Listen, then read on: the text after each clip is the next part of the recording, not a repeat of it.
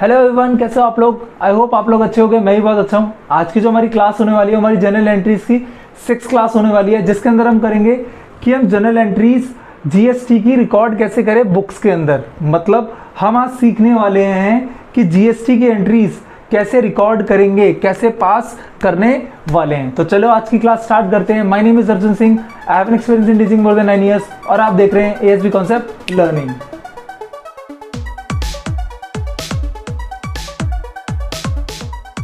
तो अपनी class start करते हैं, लेकिन क्लास स्टार्ट करने से मैं आपको बता दूं, हमने ये सीरीज़ में क्लास क्यों रखी है। ये सीरीज़ में क्लास इसलिए रखी है क्योंकि आपको पता है हमारी इंडिया के अंदर जीएसटी आ गया है, तो आपको जनरल एंट्री जीएसटी के साथ पास करने आनी चाहिए, प्रैक्टिकल लाइफ में भी, बुक्स के अंदर भी।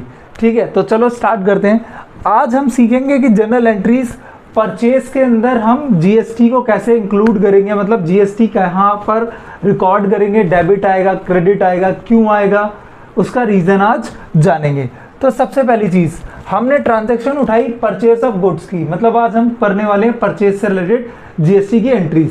तो सबसे पहले बताओ परचेज ऑफ गुड्स।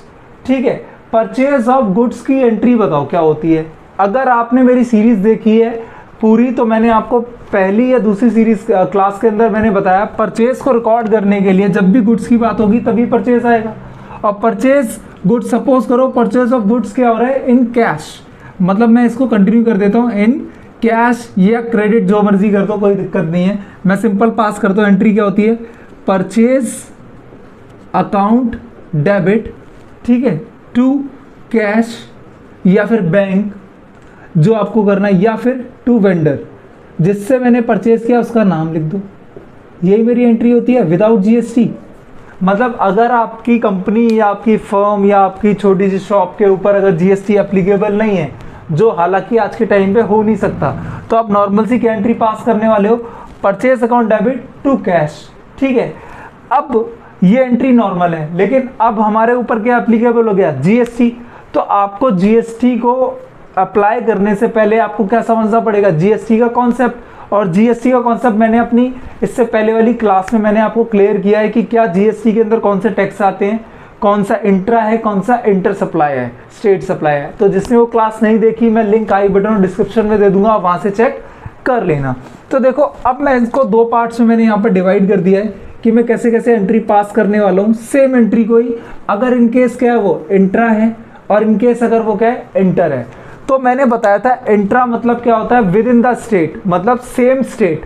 जब भी सेम स्टेट की बात होगी तो उसके अंदर दो टैक्स आते हैं जीएसटी के, सीजीएसटी और एसजीएसटी, या फिर सीजीएसटी या फिर यूटी जीएसटी। हम मान लेते हैं दिल्ली से दिल्ली, तो आपका क्या होगा, सीजीएसटी और एसजीएसटी होगा। तो देखो क्या होगा, एंट्री क्या बनने वाली है, परचेज अकाउंट डेबिट। ठीक है, यहां पर क्या लिखेंगे, टू कैश। सपोज कैश में पे कर रहे हैं तो ये लिख रहा हूँ, क्रेडिट में होगा तो यहाँ पर क्रेडिटर का नाम, मतलब नाम लिख देंगे कि हमें कल को उसे पैसे पे करने हैं। ठीक है, या फिर वेंडर का नाम, जो मैं बोल रहा हूँ क्रेडिटर, जिससे मैंने गुड परचेज किया, XYZ, जो मर्जी नाम आप लिख लो। तो अब देखो, मैं आपको एक सिंपल सा चीज़ समझाता हूँ। आप किसी शॉप पर जाते हो गुड्स परचेज करने के लिए, कुछ भी चीज, ठीक है, तो आप जब पे करते हो उसको, तो उस अमाउंट के अंदर टैक्स इंक्लूड होता है ना, होता है कि नहीं होता, होता है ना, हाँ जी। तो आप जो भी अमाउंट पे कर रहे हो तो उसके अंदर टैक्स इंक्लूड है। तो टैक्स मतलब सपोज करो मैंने कैश में गिरा है, तो कैश तो नीचे पूरा का पूरा आ गया, मतलब 10,000 रुपीज़ सपोज मैंने पे करे, तो कैश के अंदर वो टैक्स भी इंक्लूड होगा। अब मैंने परचेज करे हैं गुड्स, उसका अमाउंट लिखा होगा। और याद रखना, दो चीज़ें आ गई, इंट्रा है तो मैंने बोला सीजीएसटी और एसजीएसटी आएगा ही। तो आप क्या लिखने वाले हो, सीजीएसटी और SGST account debit, account debit. अभी खत्म नहीं हुआ है। अब याद रखना, जब भी आप, क्या बोल रहा हूँ, याद रखना, जब भी आप या मैं कभी भी हम गुड्स खरीदते हैं तो मैं क्या कर रहा हूँ, टैक्स पे कर रहा हूँ। क्या कर रहा हूँ, टैक्स पे कर रहा हूँ, मतलब मैंने टैक्स दिया तो मेरे पास क्या आता है, इनपुट।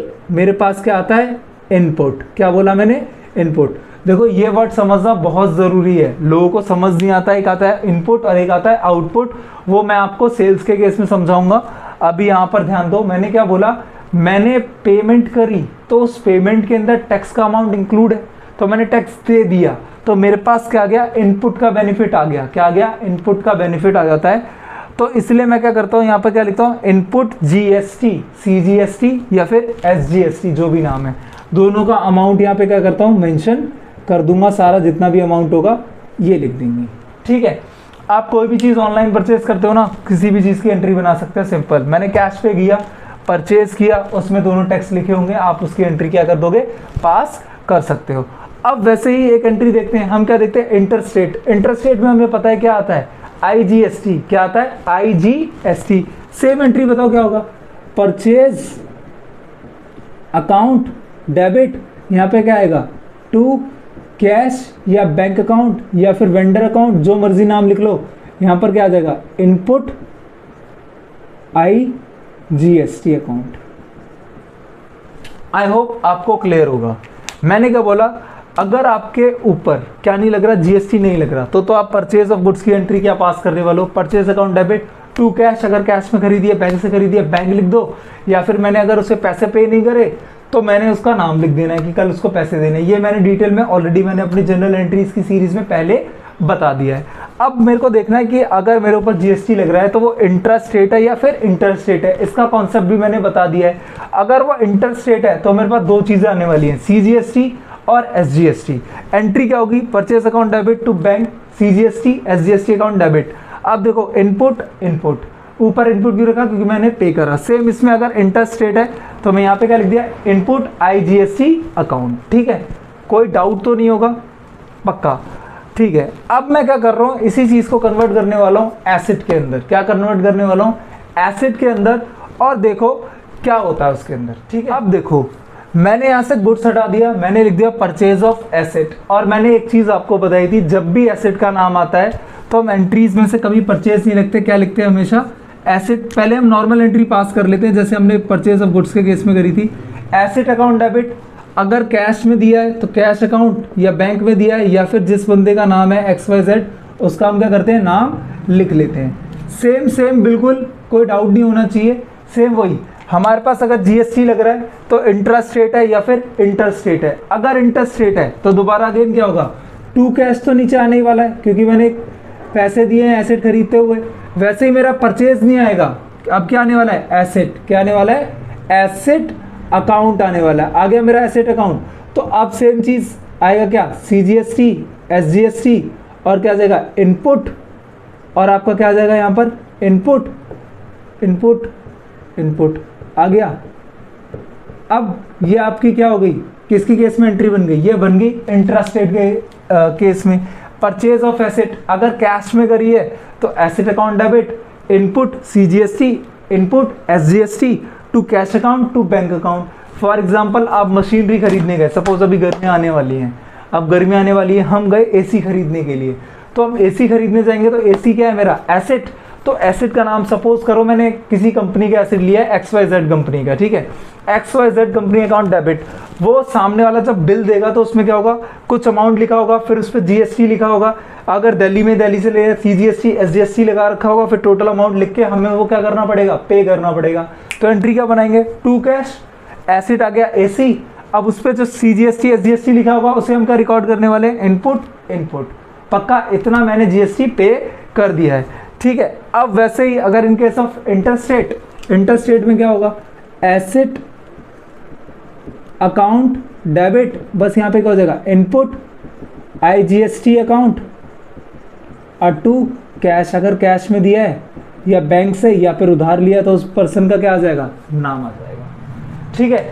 आई होप आपको दोनों परचेज ऑफ गुड्स की एंट्री को रिकॉर्ड करने में कोई डाउट नहीं होने वाला, नहीं परचेज ऑफ एसेट की एंट्री को रिकॉर्ड करने में टाइम लगने वाला। क्यों, क्योंकि अगर जिन लोगों ने मेरी क्लासेस देखी हैं स्टार्टिंग से, परचेज ऑफ एसेट और गुड्स की मैंने बहुत टाइम लगाया अपनी स्टार्टिंग में सीरीज़ में, वो अगर आपको समझ आ गया तो आपको कुछ नहीं करना।